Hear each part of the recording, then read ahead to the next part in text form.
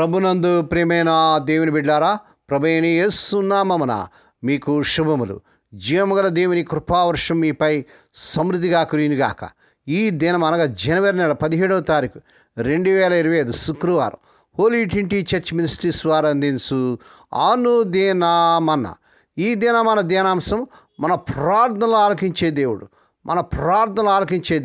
దేవుని వాక్యం చదువుకుందామండి. కీర్తన గ్రంథం 18వ కీర్తన 6వ వచనం. నా శ్రమలో నేను యెహోవాకు మొరపెట్టుతిని, నా దేవునికి ప్రార్థన చేస్తుని. ఆయన తన ఆలయంలో ఆలకించి నా ప్రార్థన అంగీకరించాను. నా మొర ఆయన సన్నిధిని చేరి ఆయన చెవులు చూచాను. దేవుడు తన పరిశుద్ధ వాక్యమును దీవించునుగాక. దేవుని బిడ్డారా, మన దేవుడు ప్రార్థన ఆలకించే దేవుడుగా ఉన్నట్లుగా చూస్తున్నాం. ప్రార్థన ఆలకించేవాడు సర్వ శరీరం ఎదగొచ్చినదని దావీదు భక్తిగా సెలవిస్తున్నాడు.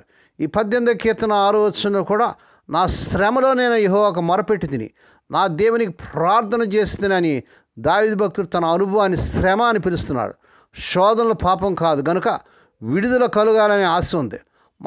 మనకు ఎదురైన శోధనకు మనం స్పందించే తీరులోనే పాపం ఉంది. మన శోధనతో ఏకీభించవచ్చు లేదా వ్యతిరేకించవచ్చు. కీర్తనాకారుడు శోధింపబడినప్పుడు అది శ్రమగా ఎంచి సహాయం కొరకు దేవునికి మొరపెట్టాడు. దేవుని వద్ద నుండి అతనికి సహాయం దొరికింది.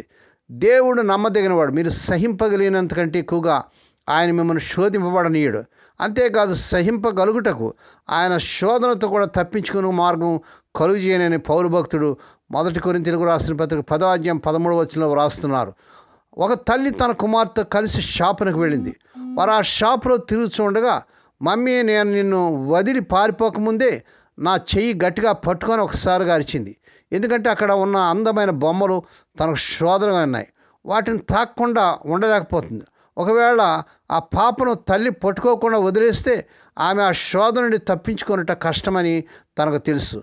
ఆ తర్వాత మరి ఈ యొక్క 18వ కీర్తన 7 నుంచి 15 వచనాలు దేవుడు ఎటువంటి తుఫాను మధ్య పనిచేస్తున్నాడు కీర్తనకారుడు తెలియజేస్తున్నాడు.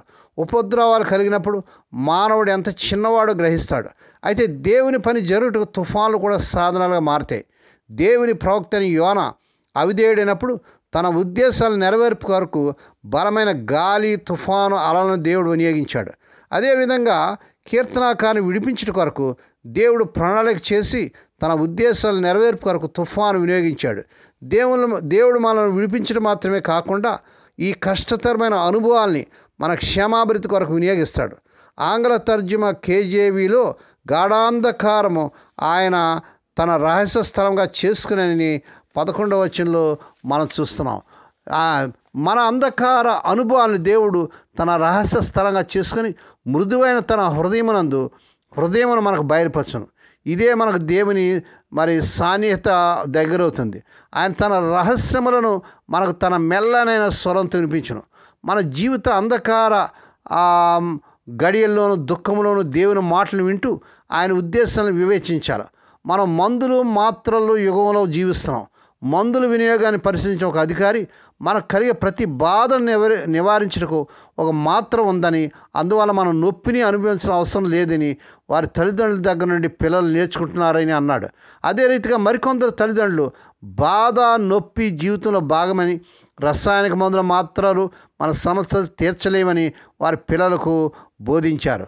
దేవుని బిడ్డ, ఈనాడు మందుల మీద, ట్యాబ్లెట్ల మీద, ఇంజక్షన్స్ మీద, డాక్టర్స్ మీద ఉన్న నమ్మకము ఆ ప్రభు ఇచ్చేటువంటి స్వస్థత మీద ఈనాడు లేకుండా ఉన్నది. అనగా డాక్టర్లు మందులు తీసివేయాలని ఎంత మాత్రం కాదు, కానీ ప్రభు మీద మనకి విశ్వాసం ఉండాలి. మన శ్రమల్లో, కష్టాల్లో, వేదనలో, అనారోగ్యాలు ప్రియ ప్రభుకు మనం మొరపెట్టినప్పుడు మన శ్రమలు ఆనాడు దావీదు భక్తుని విడిపించిన దేవుడు మన ప్రార్థనలు, మన మొరలు కూడా విని ఆయన మన శ్రమ నుంచి, కష్టాల నుంచి, శోధన నుంచి విడిపించే దేవుడుగా ఉన్నట్లుగా చూస్తున్నాం. ఆ రీతిగా ప్రభుకు దేవునికి మనం మొరపెట్టుకుంటూ ప్రార్థన చేస్తూ ప్రభులో కనిపెడదాం. దేవుడి మాటలు దీవించునుగాక. ప్రార్థన చేసుకుందామండి.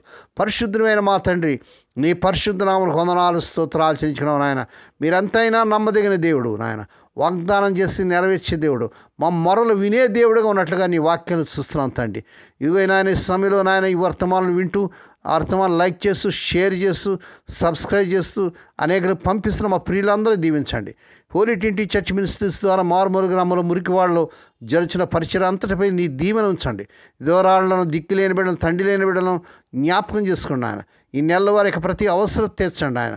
ఈ దినం పుట్టినదినాలు, వాహ దినాలు, శుభదినాలు జరుపుకునే బిడ్డలు కూడా బహుగా దీవించి మరొక సంవత్సరమైన దయాక్రీటం ధరిపించేసి వారి పట్ల నూతన కార్యం జరిగించండి. రోగుల కోసం ప్రార్థన చేస్తున్నాను. ఇప్పుడే కలవరి సిలువ రక్త ప్రభావాన్ని శిరస్సు మీద పాదంలో ప్రవహింపజేస్తున్నాను. ఎట్టి వ్యాధిని నేను స్వస్థపరచడం సిద్ధంగా ఉన్నాను కనుక ఇప్పుడే నీ కార్యం జరిగించుకోండి. మా తండ్రి, ఆ ఉద్యోగం లేని యవన బిడ్డల కోసం ప్రార్థన చేస్తున్నాను. ఈ నెల వారు అర్హత మించిన ఉద్యోగులు వచ్చిన గాక. వివాహం కాని యవన బిడ్డలకు వారు కోరుకొని చక్కని సంబంధాలు కుదిరి వారి వివాహాలు ఘనంగా జరుగును గాక.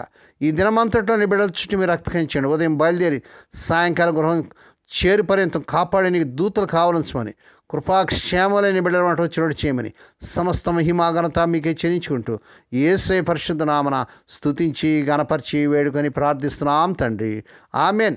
మన ప్రభు అయిన యేసు క్రీస్తు వారి కృప, తండ్రి అయిన దేవుని ప్రేమ, పరిశుద్ధాత్మ దేవుని కన్యను సహవాసము సదాకాలం మీకు తోడేండి నడిపించి బలపరచునుగాక. ఆమెన్.